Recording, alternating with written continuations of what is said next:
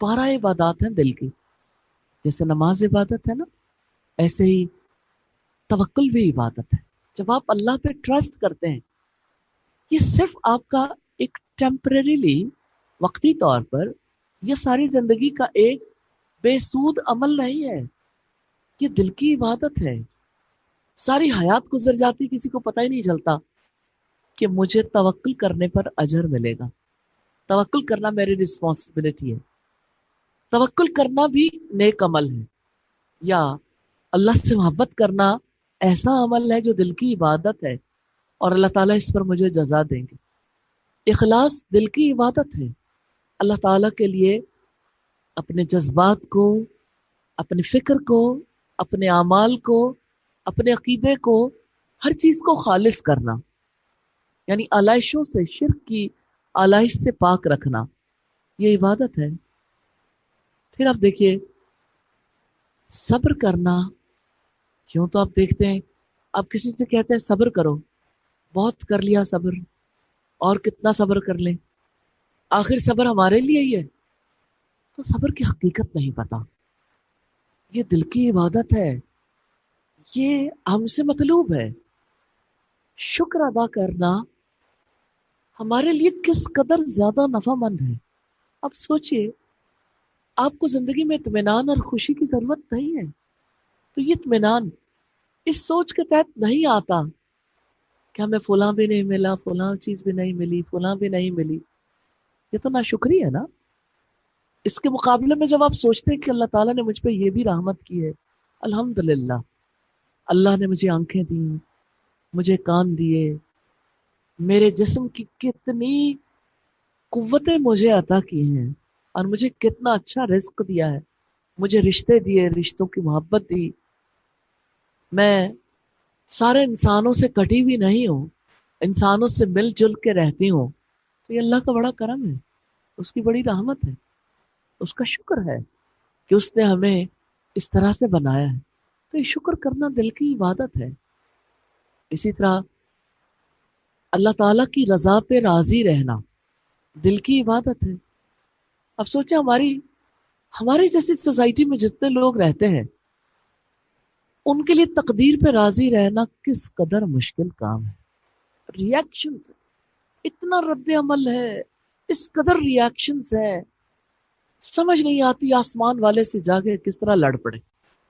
دنیا میں وہ ہر طرف ٹکریں مارتے پھرتے ہیں، تقدیر پہ راضی نہیں ہوتے. جو معاملہ ان کے ساتھ ہوتا ہے اس کو وہ کسی اور میں تلاش کرتے ہیں. یہ فلاں نے خراب کیا، اس کے پیچھے فلاں تھا، اس کے پیچھے فلاں تھا. کبھی کسی معاملے کے پیچھے اپنے رب کو بھی دیکھ لیں. اللہ نے آپ کو توفیق دی ہے، اچھا یا برا، اس نے ہماری تقدیر میں تو لکھ رکھا ہے. کبھی اپنے اعمال کو بھی دیکھ لیں. کبھی ہم سے غلطیاں، گناہ بھی ہوتے ہیں، ہمارے اپنے ہاتھوں کی کمائی ہمارے سامنے بھی آتی ہے.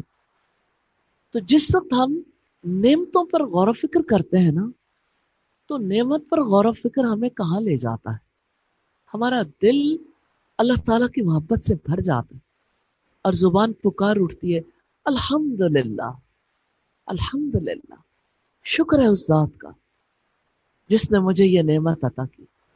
اب آپ سوچئے، یہ کیفیت اور اس کے مقابلے میں یہ کیفیت، یہ فلاں چیز خراب ہے، اس کے پیچھے میرا فلاں رشتہ ہے، فلاں شخص نے میرے ساتھ ایسے کیا، شکایتی مزاج، ہر وقت دوسرے کو بلیم کرنا، بلیم گیم کھیلنا، اس کا نتیجہ کیا ہوتا ہے؟ کبھی ایسا شخص اللہ کی رضا پہ راضی نہیں ہوتا. تو جو اللہ سے ناراض ہے تو اللہ تعالیٰ اس سے ناراض نہیں ہوگا. دیکھیں، یہ تو دو طرفہ معاملہ ہے نا. آپ اللہ سے ہمیشہ ناراض رہیں اور چاہیں کہ وہ مجھ سے راضی رہیں. اس نے خود اپنی کتاب میں بتایا ہے، رضی اللہ عنہم ورضوا عنہ، اللہ تعالیٰ ان سب سے راضی ہو گیا، صحابہ کرام کے بارے، اور وہ سب اس سے راضی ہو گئے. تو یہ جو اللہ تعالیٰ کی تقدیر پر راضی ہونا ہے نا، اچانک آپ کو پتہ چلتا ہے کھانا بناتے ہوئے ایک دم آئل اچھلا ہے اور آپ کے ہاتھ پہ آ گرا ہے، ہاتھ جل گیا. اب آپ اگر اسے گرم تیل میں اپنے کسی عمل میں دیکھیں گے تو ہے تو صحیح، سامنے تیل بھی اچھلا ہے، تھوڑا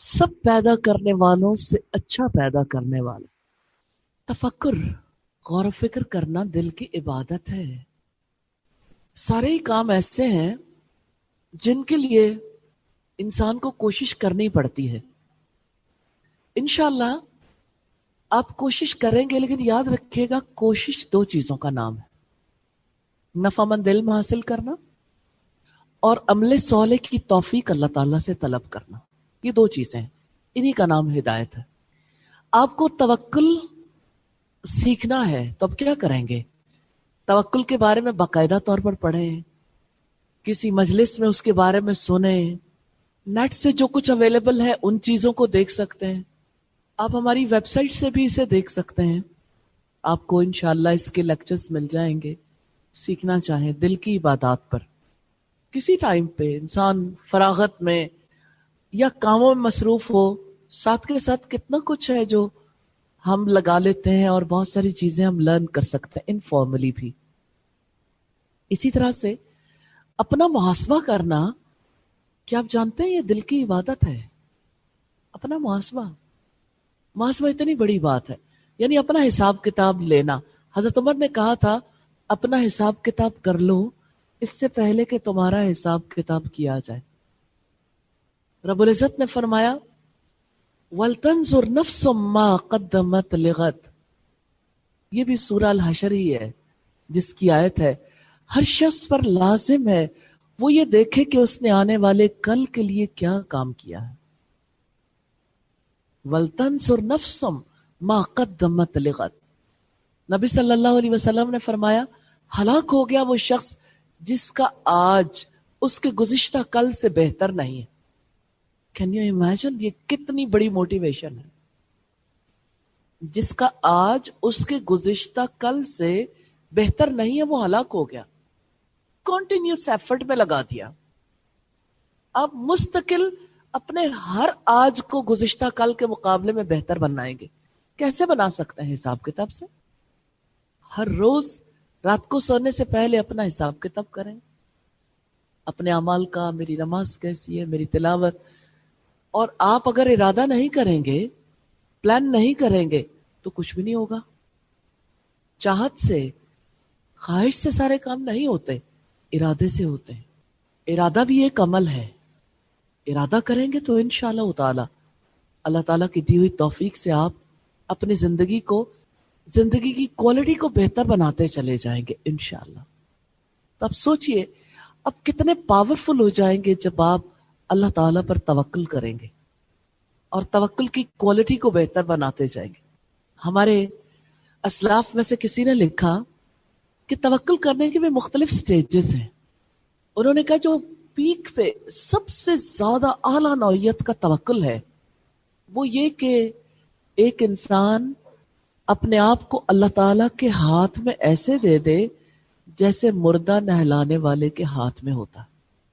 کہ مردے کی مرضی تھوڑی ہوتی ہے، پھر تو نہلانے والے کی مرضی ہے اسے جو رخ دلوانا چاہے، کلی کروائے، پانی ڈالے، کچھ بھی کرے. آپ کبھی کسی مردے کو نہلا کر دیکھیں، آپ کو حقیقت بہت سمجھ آئے گی.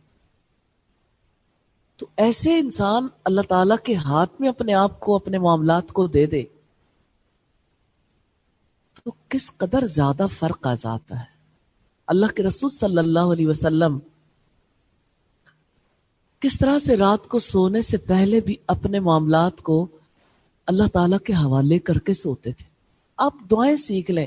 ریلی دعا کا راستہ ایمان کا راستہ ہے. دعا کا راستہ رب کے قرب کا راستہ ہے. ان اللہ وملائکتہ یصلون علی النبی یا